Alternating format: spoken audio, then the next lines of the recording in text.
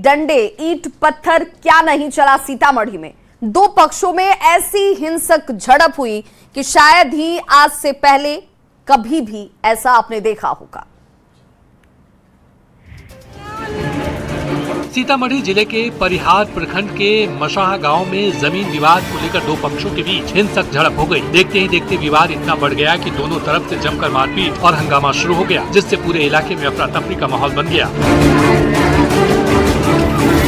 इस हिंसक झड़प में करीब 7 से 10 लोगों के घायल होने की खबर है। घटना के तुरंत बाद आनंद फानन में सभी घायलों को इलाज के लिए प्राथमिक स्वास्थ्य केंद्र परिहार ले जाया गया, जहां फिलहाल उनका उपचार चल रहा है। इस हिंसक झड़प का वीडियो भी सामने आया है। वीडियो में साफ देखा जा सकता है कि कुछ लोग लाठी डंडे लेकर अखाड़े में उतरे हुए हैं, जिनमें बच्चे बूढ़े महिलाएं सब हैं। दोनों पक्ष किसी पर भी रहम नहीं कर रहे हैं और जमकर लाठी डंडा बरसा रहे हैं। जब इस हिंसक झड़प की खबर पुलिस को मिली तो परिहार थाना पुलिस दल बल के साथ मौके पर पहुंची और स्थिति को अपने नियंत्रण में लिया। हालांकि कुछ लोगों का कहना है कि उग्र भीड़ को तितर-बितर करने और माहौल शांत कराने के लिए पुलिस को हल्का बल प्रयोग भी करना पड़ा। फिलहाल पुलिस अभी भी गाँव में तैनात है और इस पूरे मामले की जाँच कर रही है। लोगों को डराने धमकाने से आखिर ऐसा क्या मिलता है जिसके लिए लोग कानून को हाथ में ले लेते हैं? देखिए ये रिपोर्ट। पुलिस ने गुप्त सूचना के आधार पर पटना के विक्रम थाना क्षेत्र के मोहनचक गांव में छापेमारी कर इलाके में दहशत फैलाने वाले एक युवक को अवैध हथियार और जिंदा कारतूस के साथ गिरफ्तार कर लिया है। गिरफ्तार आरोपी की पहचान मोहनचक निवासी 26 वर्षीय सुनील कुमार उर्फ ट्रैक्टर के रूप में हुई है, जो इलाके में अवैध हथियार के बल पर अपना दबदबा कायम कर लोगों को डराने धमकाने का काम कर रहा था। नगर पुलिस अधीक्षक के निर्देश पर एसडीपीओ के नेतृत्व में एक विशेष टीम का गठन किया गया था। थाना अध्यक्ष प्रभात कुमार और सशस्त्र बलों की टीम ने बीते मंगलवार देर रात सुनील कुमार के घर की घेराबंदी कर अचानक छापेमारी की। तलाशी के दौरान उसके घर से एक देसी कट्टा और 2 जिंदा कारतूस बरामद किए गए। पुलिस ने मौके से ही आरोपी को दबोच लिया। मामले में विक्रम थाने में आर्म एक्ट के तहत प्राथमिकी दर्ज कर ली गई है और पुलिस ने कानूनी प्रक्रिया पूरी करते हुए आरोपी सुनील कुमार उर्फ ट्रैक्टर को न्यायिक हिरासत में भेज दिया है। अब सवाल है कि पुलिस इतनी मुस्तैदी के बाद भी इन अवैध हथियार रखने वालों के हौसले इतने बुलंद कैसे हैं? हिंदी फिल्मों में अक्सर समाज प्रेमियों के खिलाफ खड़ा रहता है, जबकि असल जिंदगी में तस्वीर इसके एकदम उलट है। सिवान से आई खबर के बाद अब हर कोई यही कह रहा है कि रियल लाइफ अलग है। अक्सर प्रेम कहानियां समाज के विरोध के कारण अधूरी रह जाती है, लेकिन बिहार के सीवान से एक ऐसी मिसाल सामने आई है जिसने यह साबित कर दिया कि अगर समाज साथ खड़ा हो जाए तो सच्चे प्रेम को मंजिल मिलने से कोई रोक नहीं सकता। मामला दरौंदा प्रखंड के बगौड़ा शिव मंदिर का है, जहां कई सालों से एक दूसरे से प्यार करने वाले प्रेमी जोड़े की शादी धूमधाम से कराई गई। भगवान भोलेनाथ को साक्षी मानकर वैदिक मंत्रोच्चार के बीच दोनों ने 7 फेरे लिए और एक दूसरे को वरमाला पहनाकर जीवन भर साथ निभाने का वचन दिया। वरमाला पहनाते समय पूरा मंदिर तालियों की गड़गड़ाहट से गूंज उठा। इस शादी की सबसे खास बात यह रही कि ग्रामीणों ने केवल दर्शक बनने के बजाय खुद अभिभावक की भूमिका निभाई। गांव के बुद्धिजीवियों ने दोनों परिवारों को बैठाकर सहमति बनाई और शादी के जोड़े से लेकर पूजन सामग्री तक का पूरा इंतजाम खुद मिलकर किया। परिवार और पूरे गाँव की मौजूदगी में सम्पन्न हुई इस अनोखी शादी अब पूरे गाँव में चर्चा का विषय बनी हुई है। लोग इसे समाज के लिए एक बेहद सकारात्मक और मिसाल पेश करने वाला संदेश मान रहे हैं। पुलिस एकदम मुस्तैद है, लेकिन फिर भी शराब तस्कर हैं कि कोई न कोई शराब तस्करी का नया पैंतरा ढूंढ ही देते हैं, फिर भी कानून की नजर से बच नहीं पाते। गया जिले के डोभी चतरा मुख्य मार्ग पर बेहरा थाना पुलिस को बड़ी सफलता हाथ लगी है। बेहरा थाना पुलिस ने गुप्त सूचना के आधार पर कार्रवाई करते हुए सड़े गले खीरे की आड़ में छिपी विदेशी शराब जब्त की है। जानकारी के अनुसार यह 1170 लीटर विदेशी शराब पटना भेजी जा रही। दरअसल पुलिस को गुप्त सूचना मिली थी कि झारखंड के बालूमाथ से शराब की एक बड़ी खेप हरी सब्जियों के नीचे छिपाकर पटना ले जाई जा रही है। सूचना मिलते ही पुलिस हरकत में आई और बेहरा थाना गेट के सामने सघन वाहन जाँच अभियान शुरू कर दिया। करीब 2 घंटे चली इस विशेष पुलिस अभियान के दौरान एक संदिग्ध पिकअप वाहन को रोककर उसकी तलाशी ली गई, जिसमें खीरे के नीचे छिपी 1170 लीटर विदेशी शराब की बोतलें बरामद हुई। पुलिस ने तुरंत कार्रवाई करते हुए शराब और वाहन को जब्त कर लिया और मौके से चालक को धर दबोचा। गिरफ्तार चालक की पहचान औरंगाबाद जिले के निवासी पिंटू पासवान के रूप में हुई है। पुलिस ने आरोपी के खिलाफ बिहार मद्य निषेध एवं उत्पाद अधिनियम के तहत मामला दर्ज कर लिया है और शराब तस्करी के इस पूरे नेटवर्क का पर्दाफाश करने के लिए पूछताछ कर रही है। आरा शहर भक्ति में लीन है। हाथ में जैन ध्वज और मंगल कलश लिए सैकड़ों श्रद्धालु शोभा यात्रा निकाल रहे हैं। आरा के भगवान महावीर मार्ग के श्री दिगंबर जैन चंद्र प्रभु मंदिर में श्री सिद्ध चक्र महामंडल विधान का भव्य समापन हुआ। इस कार्यक्रम का आयोजन आचार्य श्री सुलभ सागर जी महाराज के सानिध्य में किया गया। श्री मनु संघ सेवा समिति के तत्वावधान में आयोजित इस कार्यक्रम की शुरुआत सुबह जितेंद्र प्रभु के अभिषेक, पूजन और शांति धारा के साथ हुई। मंदिर में विराजमान आचार्य श्री सुलभ सागर जी महाराज का श्रद्धालुओं में चरण धोए। इसके साथ ही गुरु भक्ति, महाआरती और सशस्त्र भेंट कर उनका आशीर्वाद प्राप्त किया। इस मौके पर गाजे बाजे के साथ भगवान जितेंद्र प्रभु की भव्य पालकी शोभा यात्रा निकाली गई। हाथ में जैन ध्वज और मंगल कलश लिए सैकड़ों श्रद्धालु इस शोभा यात्रा में शामिल हुए। शोभा यात्रा शहर के jail road, Shivganga, hospital road, बड़ी मठिया, महादेव रोड, धर्मन चौक और गोपाली चौक से गुजरते हुए वापस मंदिर प्रांगण पहुंची। मंदिर पहुंचने पर भगवान का पूजन कर उन्हें मूल वेदी में विराजमान किया गया। इसके बाद सभी भक्तों के लिए महाप्रसाद की व्यवस्था की गई। शाम को आरती, भजन, प्रश्न मंच इस धार्मिक आयोजन का समापन हुआ। बेटियां बोझ नहीं होती और ना ही पराया धन। बेटियां घर की आन होती हैं। बेटियां माता पिता की शान होती हैं। ये बात अब लोग समझ चुके हैं। गोपालगंज के मॉडल सदर अस्पताल से एक खूबसूरत तस्वीर सामने आई है। इस तस्वीर ने रूढ़िवादियों को आईना दिखाया है, सभी का दिल जीत लिया है और हर कोई अब इसकी प्रशंसा कर रहा है। यहाँ बेटी के जन्म पर परिवार ने जिस तरह जश्न मनाया वो पूरे समाज के लिए एक मिसाल बन गया है। गोपालगंज सदर प्रखंड के फतहा गांव निवासी राहुल कुमार और उनकी पत्नी निशा कुमारी के घर पहली संतान के रूप में नन्ही परी ने जन्म लिया। अपनी पहली संतान बेटी के रूप में पाकर परिजनों ने अनोखे अंदाज में खुशी जाहिर की। बेटी के आगमन की खबर मिलते ही परिजनों की खुशी का ठिकाना नहीं रहा। इस खास पल को यादगार बनाने के लिए परिवार ने कार को फूल मालाओं और रंग बिरंगे गुब्बारों से सजाया और उस पर बड़े अक्षरों में लिखवाया, बेटी हुई है। अस्पताल से जब नवजात को घर ले जाया गया तो स्वागत ऐसा था मानो साक्षात लक्ष्मी का आगमन हुआ हो। परिजनों ने सदर अस्पताल की बेहतर सुविधाओं और डॉक्टरों की भी जमकर सराहना की। साथ ही लोगों से अपील की कि वे सरकारी अस्पतालों पर भरोसा रखें और बेटी के जन्म पर गर्व के साथ खुशियां मनाएं। अस्पताल परिसर में मौजूद हर शख्स ने इस अनोखी पहल की दिल खोल कर तारीफ की। आस्था जब अटूट जुनून बन जाए तो कठिन से कठिन राह भी आसान हो जाती है। भगवान शिव के प्रति ऐसी शिव भक्ति शायद ही आपने देखी होगी जैसी मधेपुरा में नजर आई।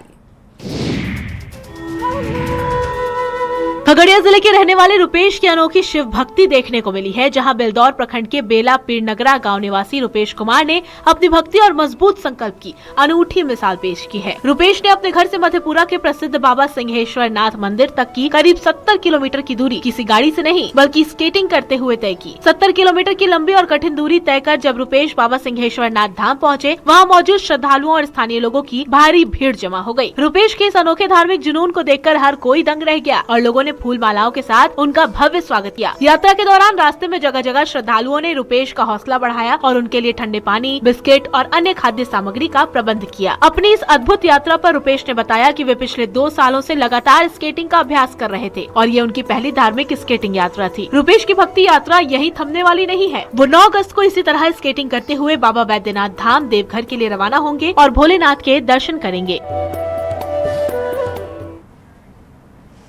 क्या आप एक दिन भी पानी के बिना रह सकते हैं? शायद जवाब होगा नहीं। लेकिन जामताड़ा में एक गांव ऐसा है जहां लोग कई सालों से बिना पानी के रह रहे हैं। यहां लोग पानी की बूंद बूंद के लिए तरसते नजर आते हैं। जामताड़ा जिले के फतेहपुर प्रखंड में अगैया सरमंडी पंचायत में आदिवासी टोला में पेयजल संकट गहरा गया है। गांव में बना 5000 लीटर क्षमता का जल मीनार पिछले लंबे समय से बंद पड़ा है, जिसके कारण स्थानीय लोगों को पानी के लिए भारी किल्लत का सामना करना पड़ता है। जल मीनार खराब होने से पूरा आदिवासी टोला पानी की बूंद बूंद के लिए मोहताज है। लोगों को अपनी प्यास बुझाने और रोजमर्रा के कामों के लिए मजबूरी में केरावनी मिशन स्कूल जाना पड़ता है। स्कूल का समय होने के कारण वहाँ केवल सुबह और शाम ही पानी लेने की अनुमति मिलती है, जिससे लोगों की परेशानी और ज्यादा बढ़ गई है। इस मामले में एक समाजसेवी बताते हैं कि जल मीनार की खराबी की जानकारी कई बार संबंधित विभाग और विभागीय अभियंता को दी जा चुकी है, लेकिन अब तक कोई ठोस कदम नहीं उठाया गया है। उन्होंने विभाग पर उदासीनता का आरोप लगाते हुए कहा कि प्रशासन की लापरवाही की वजह से ग्रामीण सरकार की नल जन योजना के लाभ से वंचित हैं। ग्रामीणों ने जिला प्रशासन से गुहार लगाते हुए जल्द से जल्द इस बंद पड़े जल मीनार की मरम्मत कराने और इलाके में नियमित पेयजल आपूर्ति बहाल करने की मांग की है। अगर प्यार करो और साथ जीने मरने की कस्में खाओ तो साथ भी निभाओ। ऐसा मत करो जो धनबाद में एक प्रेमी ने किया।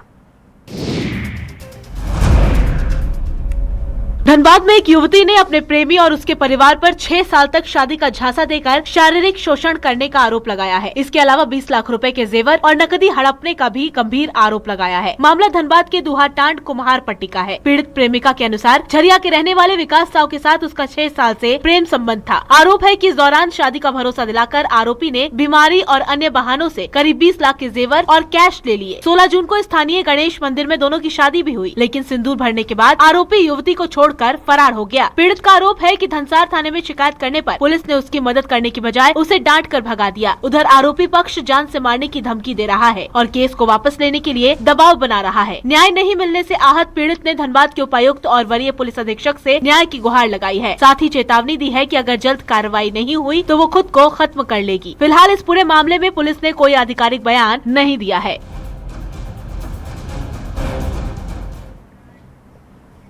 सावन का आगाज हो चुका है और श्रावणी मेले का इंतजार भी खत्म हो चुका है। हर कोई हर हर महादेव के जयकारे लगाता नजर आता है।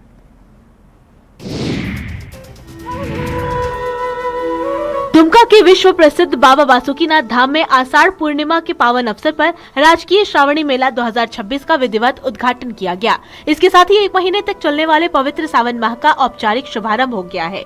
ये भव्य श्रावण मेला 28 अगस्त तक चलेगा। मेले के उद्घाटन समारोह में स्थानीय विधायक, राज्यसभा सांसद अभयकांत प्रसाद सहित प्रशासनिक अधिकारी और मंदिर पंडा समाज के कई गणमान्य लोग मौजूद रहे। वैदिक मंत्रोच्चार और दीप प्रज्वलन के साथ धार्मिक अनुष्ठान सम्पन्न कराया गया। इस भव्य मेले को सुगम बनाने और सुरक्षित बनाने के लिए प्रशासन ने कड़े इंतजाम किए हैं। श्रद्धालुओं की सुरक्षा और सहूलियत के लिए भारी संख्या में पुलिस बल और दंड अधिकारियों की तैनाती की गई है, ताकि श्रद्धालुओं को किसी भी तरह की कोई परेशानी ना हो।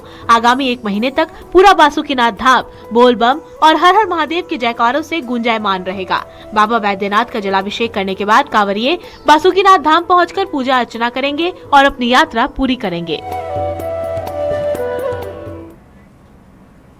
अक्सर लोग कहते हैं कि घर का खाना खाओ, घर की चाय पियो, लेकिन जब घर के लोग ही आपके साथ विश्वासघात करें तो फिर क्या किया जाए? जरा सोचिए, अगर घर का कोई सदस्य ही खाने में स्लो पॉइजन मिला रहा हो तो फिर अपनों से विश्वास खत्म हो ही जाएगा। ऐसी ही खबर यूपी के कानपुर से आई है। कानपुर के हिमांशु गुप्ता ने अपनी पत्नी पर चाय में केमिकल मिलाकर स्लो पॉइजन देने का आरोप लगाया है। पति का दावा है कि उसने हिडन कैमरे में पत्नी की हरकतों को रिकॉर्ड किया और उसी के आधार पर पुलिस में शिकायत दर्ज कराई। पुलिस ने मामला दर्ज कर जांच शुरू कर दी है। परिवार का दावा है कि लगातार तबीयत बिगड़ने और उल्टियां होने के बाद शक गहराया। इसके बाद घर में सीसीटीवी कैमरे लगाए गए। पति का आरोप है कि फुटेज में पत्नी चाय में संदिग्ध पदार्थ मिलाती और रूम फ्रेशनर में भी ऐसी चीजें मिलाती थी जिससे हवा में सांस लेना मुश्किल हो जाए। हालांकि आरोपों की अभी पुष्टि नहीं हुई है। पुलिस सीसीटीवी, मेडिकल रिपोर्ट और दोनों पक्षों के बयानों की जांच कर रही है। आरोप ये भी है कि आरोपी महिला करीब 6 महीने तक चाय में स्लो पॉइजन मिलाकर पिलाती रही। आसमान से बारिश नहीं बरस रही बल्कि आफत बरस रही है, वो भी ऐसी कि केवल तबाही के अलावा और कुछ भी नजर न आए। असम में बाढ़ का कहर अब भी जारी है। राज्य के कई जिलों में सैलाब ने जनजीवन की रफ्तार थाम दी है। 7 जिलों के 622 गांव अब भी पानी में डूबे हुए हैं और 3,32,000 से ज्यादा लोग बाढ़ की मार झेल रहे हैं। शिवसागर, चौराईदेव, कोलाघाट, जोरहाट, नगांव, सोनितपुर और कामरूप शहरी इलाके सबसे ज्यादा प्रभावित हैं। इस आपदा में अब तक 75 लोगों की जान जा चुकी है, जबकि हजारों हेक्टेयर खेती की जमीन पानी में समा गई। शिवसागर से बाढ़ की भयावह तस्वीर सामने आई, जहां रेलवे ट्रैक के नीचे से तेज बहाव के साथ पानी गुजरता दिखाई दिया। सैलाब की ताकत ने रेलवे लाइन को भी नुकसान पहुंचाया। वहीं चराईदेव के सोनारी स्थित बिजोय पाम गांव में बाढ़ अपने साथ लोगों के घर, मेहनत और सपने बहा ले गई। कई परिवार बेघर होकर राहत शिविरों में रहने को मजबूर हैं। लेकिन इस तबाही के बीच 25 साल के श्रवण कुमार उम्मीद की मिसाल बनकर सामने आए। खुद का घर डूबने के बावजूद उन्होंने दूसरों की जिंदगी बचाने का फैसला किया। इन दिनों पहाड़ों पर जाना खतरे को दावत देना है, क्योंकि पहाड़ों पर कुदरत ने भयंकर तबाही मचाई हुई है। उत्तराखंड में मानसून की बारिश लगातार कहर बरपा रही है। रुद्रप्रयाग, चमोली और उत्तरकाशी समेत कई जिलों में बारिश का असर जनजीवन पर साफ दिखाई दे रहा है। रुद्रप्रयाग में तेज बारिश के बाद नाले उफान पर हैं। अगस्त मुनि की बसंत विहार कॉलोनी में जल भराव हो गया है, जबकि जखोली क्षेत्र में कई जगह मलबा घरों तक पहुँच गया। अलकनंदा और मंदाकिनी नदियों का जल स्तर भी लगातार बढ़ रहा है। नरकोटा के पास बद्रीनाथ हाईवे पर पहाड़ी से मलबा और पत्थर गिरने के कारण सड़क बंद हो गई है, जिससे यात्रियों को भारी परेशानी का सामना करना पड़ रहा है। वहीं उत्तरकाशी में भूस्खलन के कारण यमुनोत्री हाईवे भी प्रभावित है। इस बीच रुद्रप्रयाग के तिलवाड़ा से राहत और साहस की तस्वीर सामने आई। तेज बारिश के बाद नदी के बीच बने टापू पर 3 महिलाएं फंस गयीं। सूचना मिलते ही एसडीआरएफ की टीम मौके पर पहुंची। एक जवान ने अपनी जान जोखिम में डालकर उफनती नदी पार की और महिलाओं तक पहुंच बनाई। इसके बाद रेस्क्यू टीम ने तीनों महिलाओं को सुरक्षित बाहर निकाला। प्रशासन ने लोगों से अपील की है कि बारिश के मौसम में नदी नालों और तेज बहाव वाले इलाकों से दूर रहें, क्योंकि पहाड़ों में मौसम कभी भी अचानक बदल सकता है। इस बार मानसून ने महाराष्ट्र में तबाही मचाई हुई है। जहां देखो वहीं आपको दूर दूर तक केवल पानी ही पानी नजर आएगा।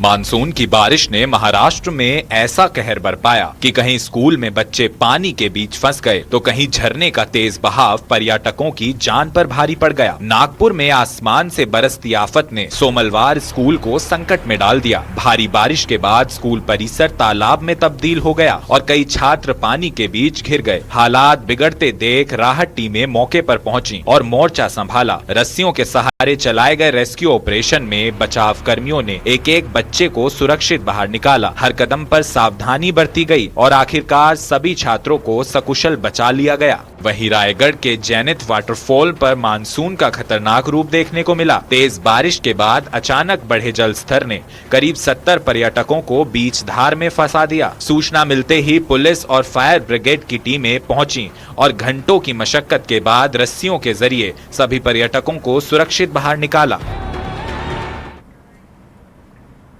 हमारे समाज में शिक्षक की बहुत पवित्र छवि है, लेकिन ये शिक्षक ही बेईमान निकल जाएं तो फिर किससे उम्मीद की जाए। मोतिहारी के फनहरा क्षेत्र में एक शिक्षक ने अजब गजब कारनामा कर दिया। एक स्कूल के शिक्षक ने स्कूल के सालों पुराने और हरे भरे बरगद के पेड़ों को बेच दिया और सबसे चौंकाने वाली बात की विद्यालय की हेडमास्टर ने भी इसकी सूचना किसी को नहीं दी। जब परिसर में हरे भरे पेड़ की कटाई की जा रही थी तब प्रधानाध्यापिका ने पुलिस से शिकायत करने के लिए लिखित आवेदन तैयार किया, लेकिन वो केवल लिखा ही गया, उन्होंने कभी पुलिस को दिया नहीं। दरअसल जब ये प्राचीन विशाल पेड़ के दूसरे हिस्से को काटा जा रहा था तभी इसकी सूचना पुलिस को मिली। पुलिस ने बिना देरी किए स्कूल में दबिश दी और पेड़ को काटने से रुकवा दिया। मौके पर मौजूद लोगों और अधिकारियों ने देखा जो विशाल पेड़ काटा जा रहा था वो हरा भरा है और उसके तने के निचले हिस्से में कुल्हाड़ी के निशान हैं। हालांकि प्रखंड शिक्षा पदाधिकारी का कहना है कि इस पेड़ को विद्यालय में पढ़ा रहे शिक्षक सुधाकर सिंह के आदेश पर ही स्कूल का रसोइया काट रहा था। हालांकि सरकारी संपत्ति को निजी समझकर काटना और उसको बेचना किसी बड़े सरकारी षड्यंत्र की ओर इशारा करता है। क्या आपने कभी 30 फीट की कांवड़ देखी है? शायद ही आपने ऐसी आस्था देखी होगी जैसी गया जी के सुदर्शन कुमार में है। सावन के पवित्र महीने में गया जिले में भक्ति और श्रद्धा का एक अनोखा नजारा देखने को मिलेगा। गया के गुरारू निवासी सुदर्शन कुमार ने अपने साथियों के साथ मिलकर 30 फीट लंबी और 1.5 क्विंटल से ज्यादा वजन की एक विशाल कावड़ तैयार की है। यह अनोखी कावड़ यात्रा किसी दूर के धाम के लिए नहीं बल्कि गया के गरुआ स्थित प्रसिद्ध बैजू धाम के लिए निकाली जाएगी। सुदर्शन कुमार अपने 8 से 10 साथियों के साथ सुल्तानगंज से लाए गए करीब 30 लीटर गंगा जल को इस 30 फीट लंबी कावड़ पर रखकर लगभग 30 किलोमीटर की पैदल यात्रा तय करेंगे। रात में बैजू धाम पहुंचने के बाद सावन की पहली सोमवारी की सुबह भगवान भोलेनाथ का जलाभिषेक करेंगे। इस विशाल कावड़ को सजाने की सामग्रियां भी सुल्तानगंज से ही मंगवाई गई हैं। सुदर्शन कुमार ने इस कावड़ को तैयार करने के लिए लगभग 25 से 30 हजार रुपए खर्च किए हैं। मुंगेर बस डिपो की क्षमता बढ़ने वाली और जल्द ही 4 लग्जरी बसों को बेड़े में शामिल किया जाएगा। बिहार राज्य पथ परिवहन निगम ने मुंगेर बस डिपो को 4 नई आधुनिक लग्जरी बसों की सौगात दी है। आवंटित की गई 4 में से 3 बसें मुंगेर डिपो पहुंच चुकी हैं, जबकि चौथी बस भी जल्द ही बेड़े में शामिल हो जाएगी। नई बसों के आने से लंबी दूरी की यात्रा करने वाले यात्रियों को ज्यादा आरामदायक और सुलभ सफर की सुविधा मिलेगी। मुंगेर बस डिपो के अधीक्षक ने जानकारी देते हुए बताया कि इन सभी नई बसों में 51 यात्रियों के बैठने की क्षमता है। ये सभी बसें साधारण बसें हैं, यानी बिना एसी की बसें, लेकिन इस बसों में आरामदायक सीटें लगाई गई हैं, ताकि लंबे सफर के दौरान इनमें सफर करने वाले यात्रियों को कोई परेशानी न हो। इन बसों की शुरू होने के बाद अब लोगों की निजी वाहन या ट्रेनों पर निर्भरता कम होगी। इसके अलावा महिला यात्रियों के लिए 3 पिंक बसों का भी सफल संचालन किया जा रहा है। हालांकि 4 नई लग्जरी बसों के जुड़ने से जिले की परिवहन व्यवस्था पहले से ज्यादा मजबूत और सुदृढ़ होगी। जल्द ही इन नई बसों को तय लंबे रूटों पर हरी झंडी दिखाकर रवाना किया जाएगा। तो इस बुलेटिन